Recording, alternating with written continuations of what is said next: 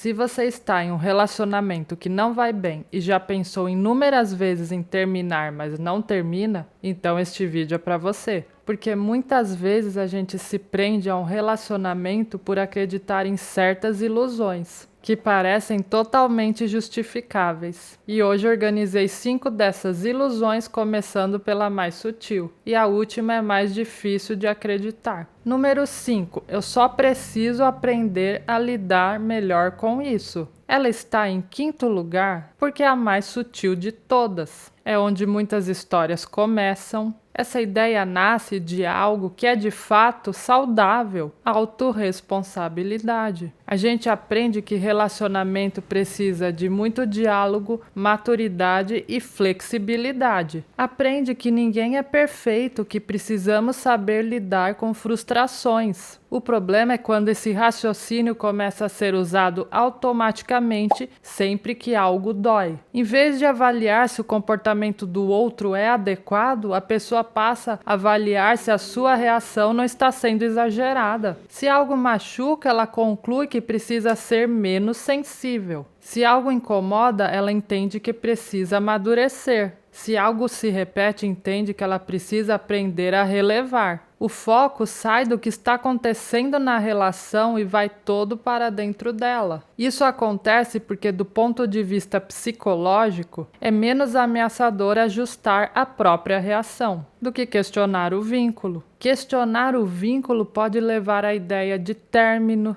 de ruptura, de conflito, e ajustar a si mesmo parece muito mais seguro. E além disso, assumir responsabilidades é visto socialmente como uma virtude, mas aprender a lidar melhor faz sentido quando estamos falando de diferenças naturais entre duas pessoas. Não faz sentido quando estamos falando de relacionamentos tóxicos, marcados por desrespeitos frequentes, invalidação emocional ou situações que ferem valores importantes. Número 4. Se eu sair agora, todo esse tempo terá sido em vão. E ela está em quarto lugar porque aqui o que prende não é só adaptação emocional, é investimento. A pessoa não fica mais porque acredita que precisa lidar melhor. Ela fica porque investiu tempo, energia, sentimento, planos e muitas vezes abriu mão de coisas importantes. E quanto maior o investimento, mais parece difícil de sair. E aqui existe um padrão de comportamento comum. Quanto mais você coloca de si em algo, mais difícil costuma ser você sair, mesmo quando aquilo já nem está funcionando. Não porque ainda seja saudável, mas porque admitir que não deu certo dói. Parece que sair agora transformaria todos aqueles anos em desperdício. Só que esta lógica cria uma armadilha silenciosa. A decisão deixa de ser baseada no presente e passa a ser baseada no passado. Em vez de se perguntar, isso ainda me faz bem? A pessoa pensa, eu já investi demais para ir embora. Mas o problema é que permanecer não recupera o tempo investido. Só aumenta esse tempo investido em algo que não está mais funcionando.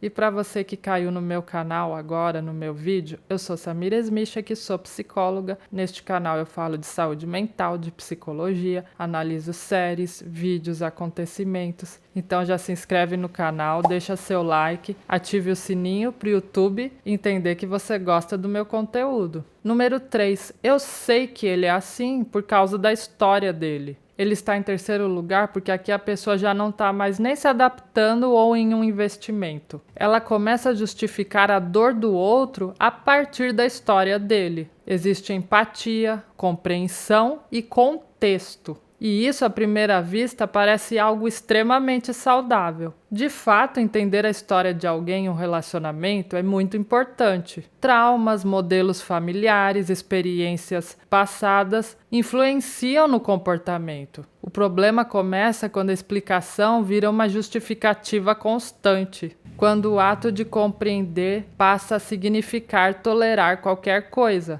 A pessoa pensa, ele age assim porque sofreu. Ela é fria porque nunca recebeu afeto. Ele tem muito ciúme porque foi traído. e aos poucos o foco deixa de ser o impacto no comportamento para focar na origem dele. Só existe uma diferença fundamental entre explicar e isentar. Entender de onde vem o comportamento não elimina os efeitos que ele produz. A dor de alguém pode explicar situações difíceis, mas não transforma o desrespeito em algo aceitável. O problema é que um relacionamento saudável exige responsabilidade emocional dos dois lados. História explica, mas não substitui a mudança. Passado difícil não pode ser licença permanente para machucar no presente. Se você se identificou em uma dessas situações e já usou uma dessas justificativas para permanecer em um relacionamento, comenta aí para mim,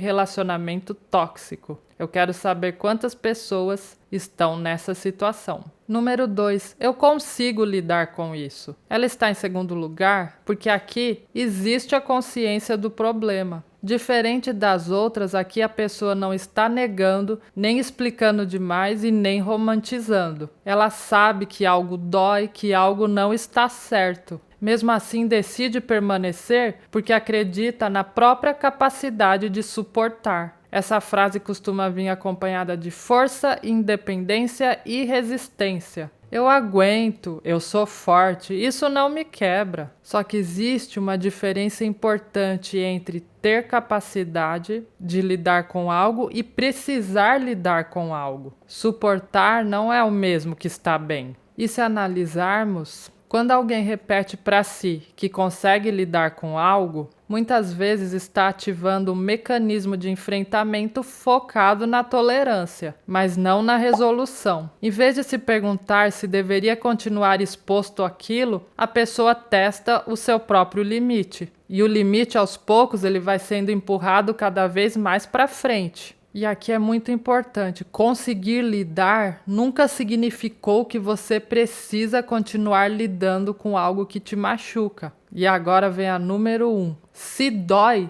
é porque é importante. Ela está em primeiro lugar porque aqui o sofrimento deixa de ser sinal de alerta e passa a ser prova de algo com muito valor. A dor aqui não é mais vista como problema, ela vira evidência de profundidade. E quanto mais intenso, mais significativo parece. E essa ideia ela costuma nascer de uma associação muito comum. As relações intensas elas são vistas como relações verdadeiras. Se mexe muito comigo, se me tira do eixo, se me faz sofrer, então deve ser amor de verdade. E muitas vezes intensidade não é sinônimo de saudável. E para entender melhor, experiências marcadas por altos e baixos ativam fortemente o nosso sistema emocional. Isso cria memórias mais vívidas e uma sensação de conexão mais profunda. Só que o fato de algo gerar muita ativação emocional não significa que seja seguro ou saudável. Ansiedade, insegurança, medo também produzem intensidade.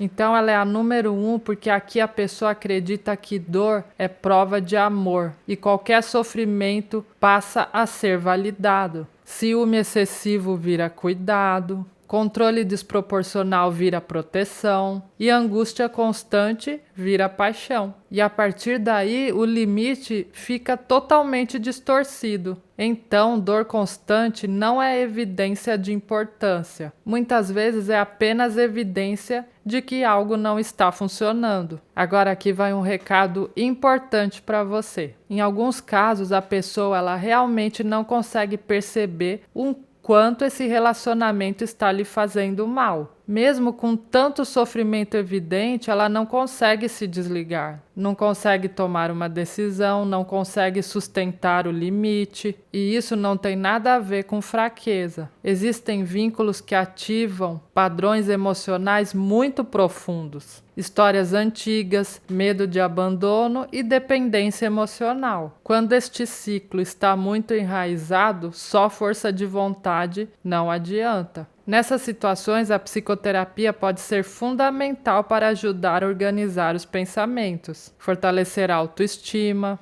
e reconstruir critérios de relacionamentos saudáveis. E pedir ajuda não significa que você falhou, significa que você decidiu parar de enfrentar tudo sozinho. Bom, pessoal, então esse foi o vídeo sobre relacionamento. Eu espero que ele tenha sido de grande valor para você hoje, tá bom? Então você já se inscreve no canal, deixa o like, ativa o sininho para não perder mais vídeos como esses. E até a próxima semana!